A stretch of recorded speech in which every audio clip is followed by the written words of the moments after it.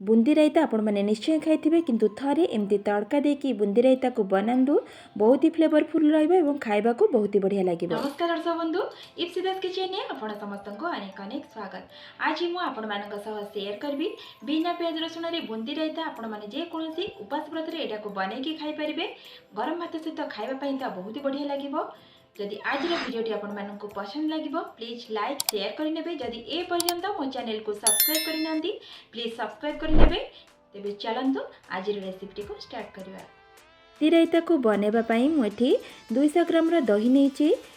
जेतिकी दही नेबे सेतिकी सेथिरे पानी ऐड करिवे। टिके पतला रहिबो, टिके खटा दही नेबे, फ्लेवरटा बहुत ही भल आसीबो। ताकू इस्कर साहाय्य भल से देखंतु मिसेई नउची। देखंतु एबे भल से ताकू मिसेई नेली। मु एठी मार्केट वाला दही नेची, आपण माने घर दही भी नै परिबे। देखो तार कंसिस्टेंसीटा एमिति ही रहिबो।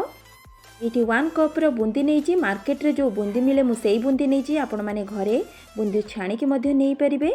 ताकू आमे भल से बतुरई नेबा। मुठी 1 बाउल पानी देकी ताकू भल से किछि समय पई बतुरई नउची बा 5 रु 10 मिनिट पई बतुरई नउची। दही रे किछि मसला ऐड करबा।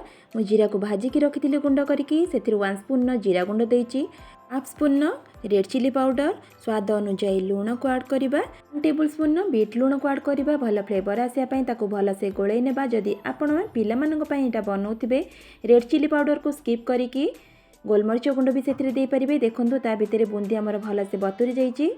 देखो देखु गोटे नहीं कि पूरा परफेक्ट हो कि बेसी बतुरेबे नहीं।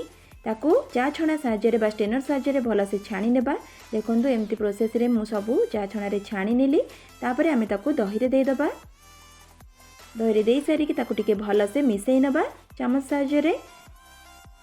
मिसई सारा पर आम गोटे तड़का बनैबा। गैस रे तड़का पैन बसैची से अल्प घी को दे दउची। आपण माने रिफाइन ऑयल भी एटा बनै पारिबे। घी अबे गरम हो गलानी। गोटे सुखिला लंका को दे दउची। 1 स्पून जीरा को दउची। ताकू टिके भाजिबा पई छाडी देबा। तापरे आमे सेतिरे 1 पिंच रो हिंग को ऐड करबा। भल फ्लेवर आसे पई ताकू टिके समय पई फुटिबा पई दबा। तापरे गैस रो फ्लेम को ऑफ करके पूरा ठंडा कर देबा। ठंडा करके आपण माने दही रे आनी के ऐड करिवे, नले दही छिंडी जीव। जेहेतु फ्रिज रे मु दही को रखिथिले आपण माने भी फ्रिज रे रखिथिबे।